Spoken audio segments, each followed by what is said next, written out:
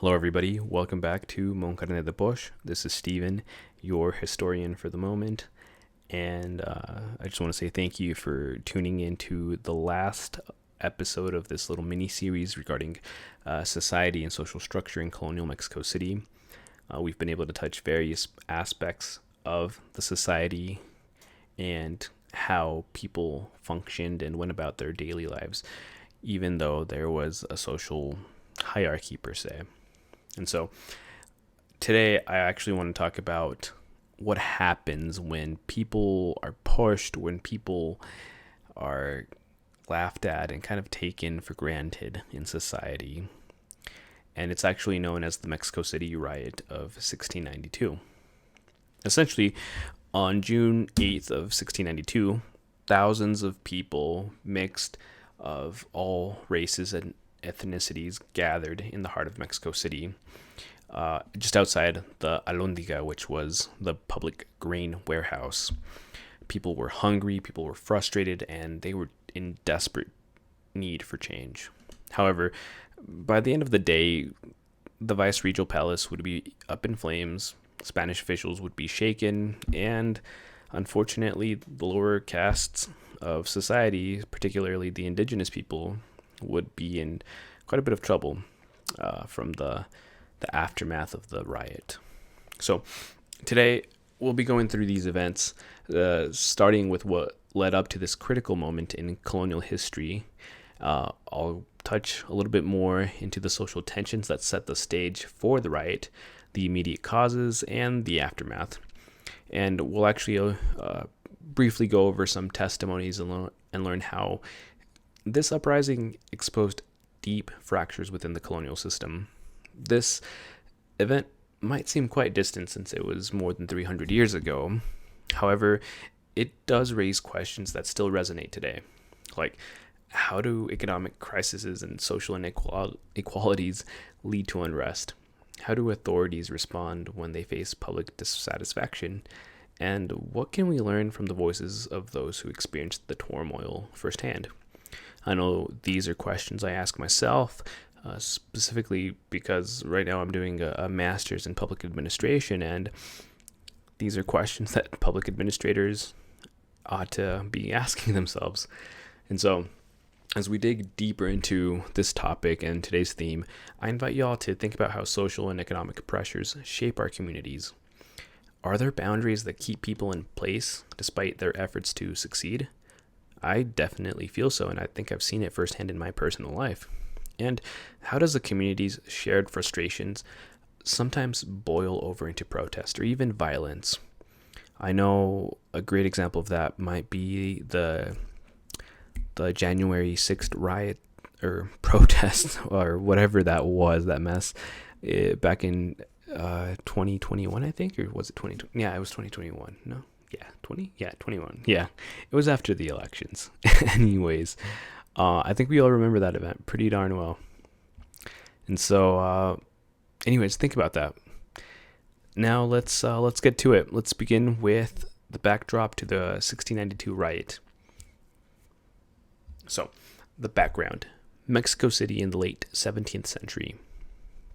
Now, in order to understand what led to the Mexico City Riot of 1692, we actually need to take a closer look at life in the city during the late 17th century. By this time, Mexico City was the beating heart of Spain's colonial empires in the Americas. It was a vibrant, bustling metropolis filled with people from all social backgrounds, ethnicities, and it all looked fantastic. However, just as any other city, beneath the surface of prosperity, the city was plagued by deep social divides. The Spanish elite definitely enjoyed their very lavish lifestyles, benefiting from their control over land, labor, and resources. Meanwhile, Mexico City's lower classes, which included indigenous folks, Castas, and free black citizens, struggled daily to make ends meet. This complex caste system, which we discussed in the last episodes, kept the lower classes confined to menial labor, which often limited opportunities to improve their situation. For Mexico City's lower classes, food scarcity was a constant worry.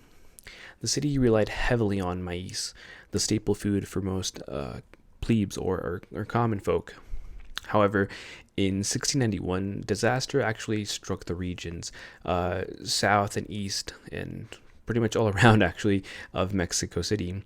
Heavy rains destroyed crops in the Chalco farmlands, leading to massive shortages and skyrocketing prices.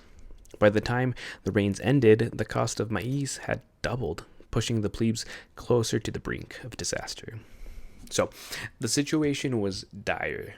And it wasn't just the weather that contributed to this crisis. The colonial government also played a critical role.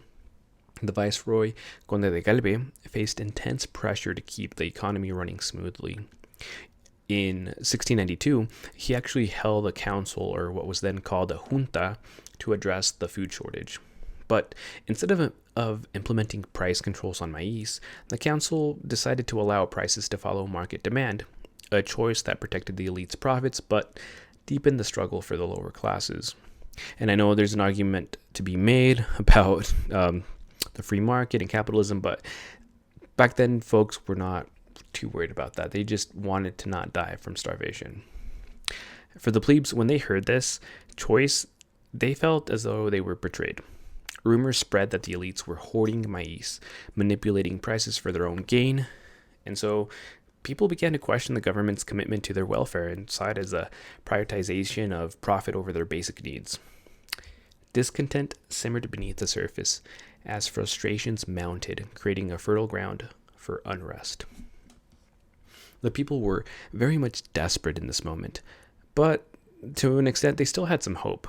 You see, in colonial society, there was a system of patronage where leaders like the Viceroy and the Archbishop of the Catholic Church were seen as paternal figures responsible for protecting the poor. So, in the early months of 1692, many of the people actually turned to these leaders seeking aid and relief. At first, these gatherings, or some would call them protests, were actually pretty peaceful. People gathered at the Alhóndiga, praying for affordable maize and hoping that the authorities would hear their pleas. However, as we'll see, when these calls for help went unanswered, hope turned to anger, and anger turned to rebellion. And that's actually the topic I kind of want to go into in this next section, where I'll be exploring how these economic tensions transformed into a full-scale riot that would leave Mexico City shaken. Immediate causes of the riot. As the food crisis worsened and pleas for relief went unanswered, frustration among Mexico City's plebes began to boil over. It wasn't just hunger that fueled this anger.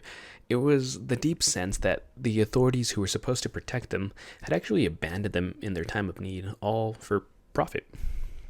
And in April of 1692, as was mentioned early, Viceroy Conde de Galva gathered with merchants and city officials to discuss the growing crisis. While many argued for immediate price controls on maize to ease the burden of the people, the council ultimately decided to let prices remain dictated by the market. This choice protected the profits of the wealthy, but pushed the lower classes into even greater desperation. For the people of Mexico City, this choice was a betrayal in their eyes. Rumors began to circulate that government officials and merchants were hoarding and hiding and deliberately inflating prices. In the crowded streets and bustling markets of the plaza, whispers turned into accusations, and accusations turned into a collective sense of outrage. And, well, it was just that classic old game of telephone out in the streets. So these suspicions only grew as time passed, and many in the plebeian community had come to view the colonial authorities not as protectors but as oppressors who would gladly exploit the poor for their own gain.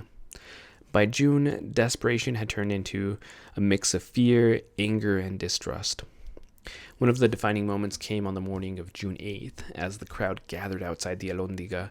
Tensions mounted when a woman was carried through the plaza. She was allegedly mistreated by officials, and some accounts actually suggest she faked a death, per se, to dramatize the people's suffering. So kind of like a political act. And this display was the actual final spark needed to ignite the crowd's fury.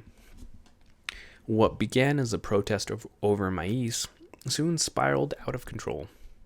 The crowd started throwing stones, shouting anti-Spanish slogans, and moving aggressively towards the viceregal palace.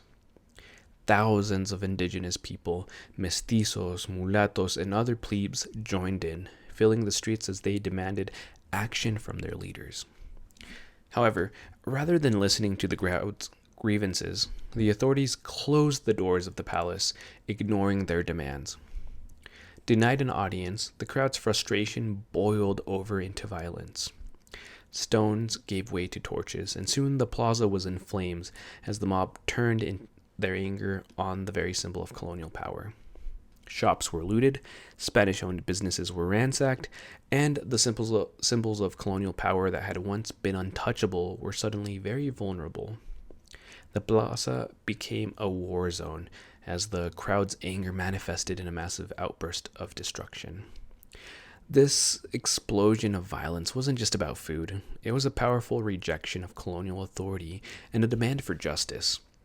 The riot would leave Mexico City's elite shaken, revealing the immense frustration simmering beneath the surface, and marking a turning point in the relationship between the city's plebe population and the actual Spanish authorities themselves.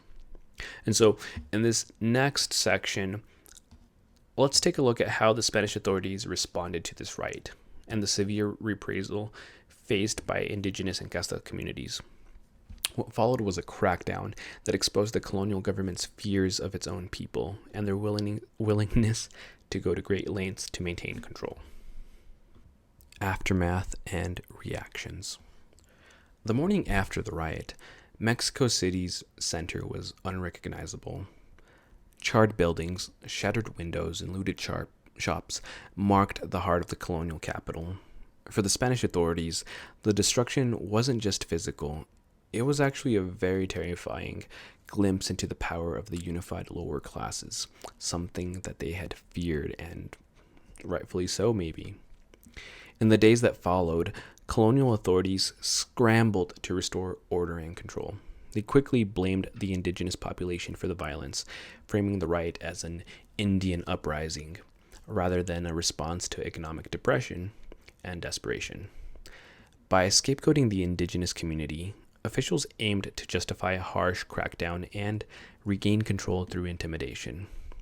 To justify their actions, Spanish authorities linked the violence to pulque, which was or is a fermented drink popular among the lower classes of then colonial Mexico City. Pulque was accused of fueling aggressions and corrupting the indigenous and mestizo populations. By focusing on this narrative, the colonial government attempted to downplay the economic and social grievances that had truly fueled the riot. The crackdown was swift and brutal. Soldiers patrolled the streets, arresting anyone suspected of participating in the riot.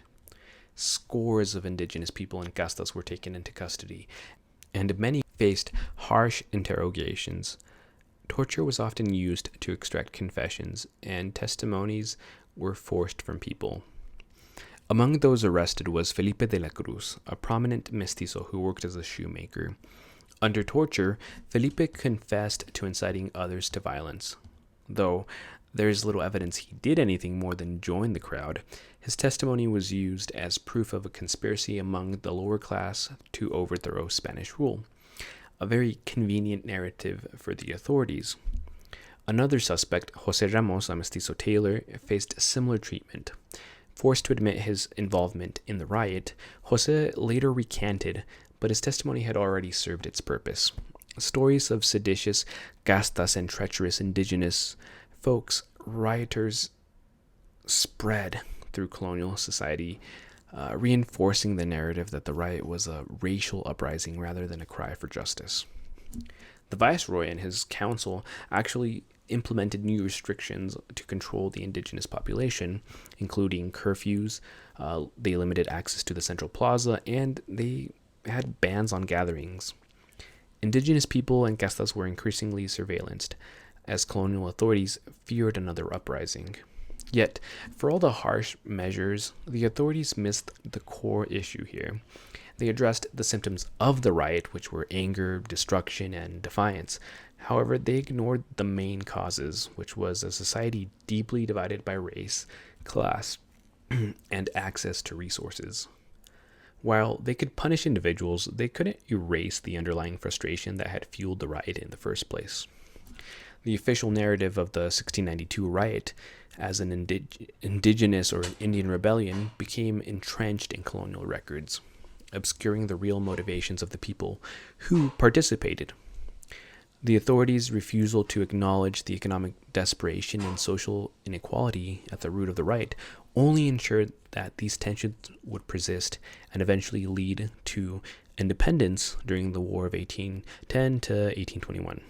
So, in this next section, I'll actually go through the testimonies of some of those who lived through the riots, their words, fears, and hopes. And these testimonies will hopefully shed a little bit more light on the reality of life for the lower classes in colonial Mexico City, offering a more personal and complex view of the event and challenging the social story. Testimonies from the riot.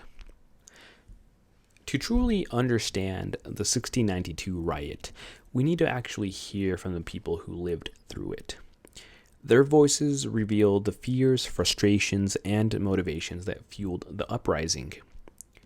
In their testimonies, we find a narrative that challenges the official account, a story of economic desperation, broken promises, and a plea for justice, something that is usually the case with all situations like that. One of the most telling accounts comes from Miguel Gonzalez, another mestizo shoemaker who joined the crowd outside of the Alhóndiga that day. Gonzalez describes how frustration built as they waited for maize, the prices of which were impossibly high to afford. He said, quote, "We came for food, but we found only locked doors and silence," close quote. For him, the riot wasn't about rebellion.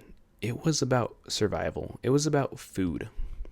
In his testimony, Gonzalez also noted the pivotal moment that turned the crowd from frustrated to enraged.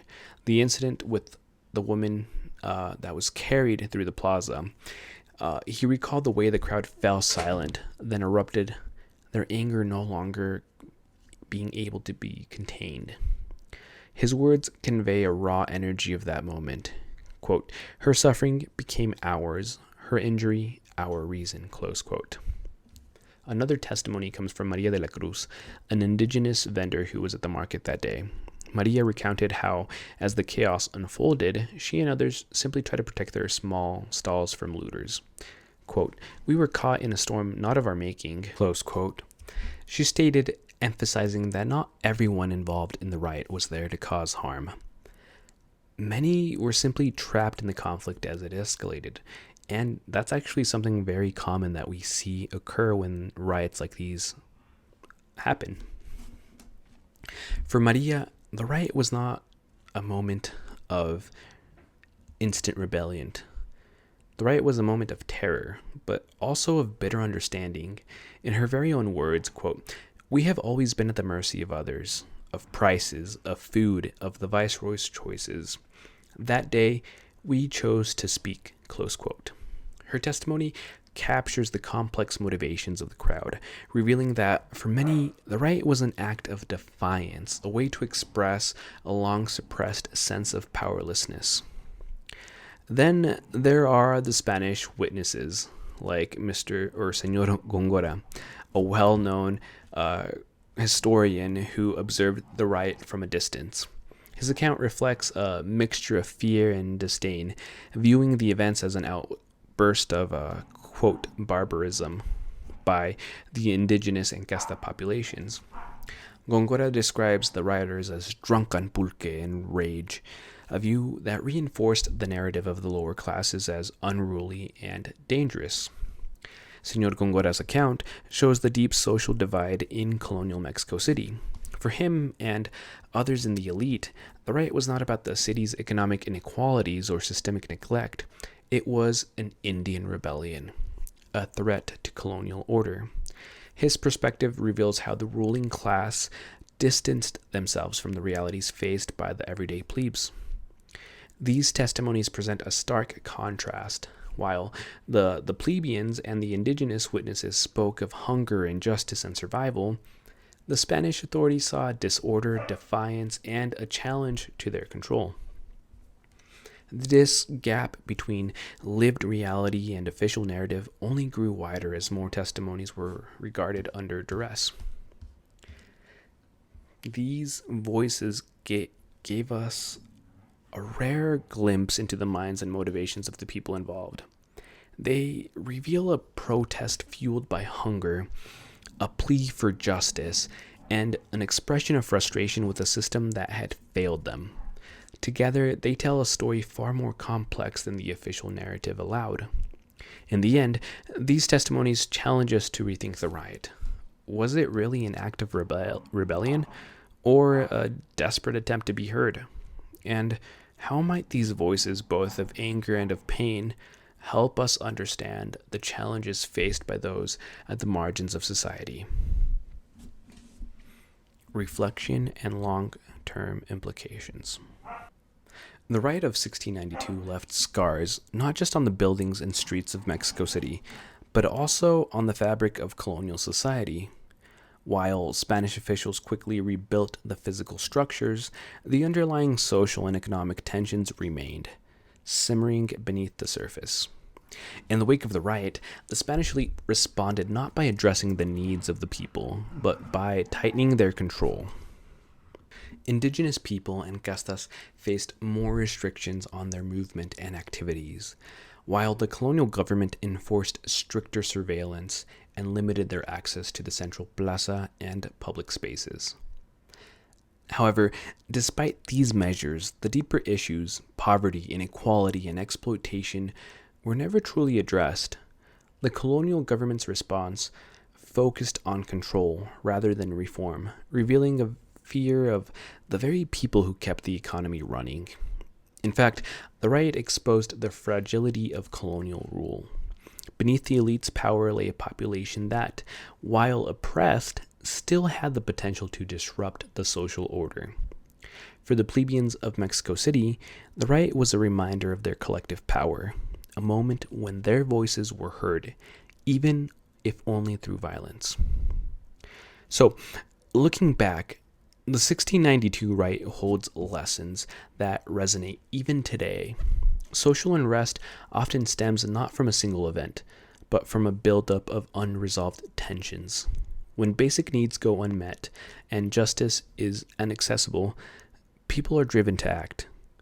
While colonial authorities blamed the plebes, and we now know that the actual real cause lay in a system that had long neglected them. So, as we reflect on this, it's worth asking ourselves, what happens when a society ignores the needs of its most vulnerable? Are there issues today that echo the struggles of colonial Mexico's plebes?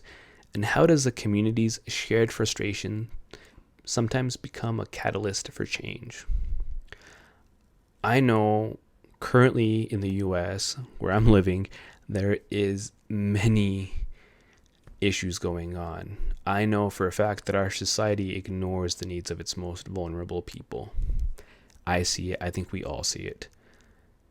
And I think it's something we all really need to reflect. I know there's recently been an election, and I know that change will come one way or another. And the people have voted. And so we'll see how its leaders respond, right? Anyways, thank you for joining me on this journey through one of the most turbulent events in Mexico City's colonial history. If you've enjoyed this exploration, please don't forget to subscribe and share your thoughts below. I'd love to continue our conversation. And this will be the last episode for this specific little mini series. However, I have a whole other series ready to go on. And so I think you guys will actually enjoy it quite a bit. Just to give you a little sneak peek on the theme about it, it's regarding women of the Mexican countryside during the 1800s to the 1900s. And we'll be exploring a series of research led by various women on the topic. So it'll be a great one. I hope you guys will be here to join. Anyways, thank you so much, and I hope you enjoy your day. Bye.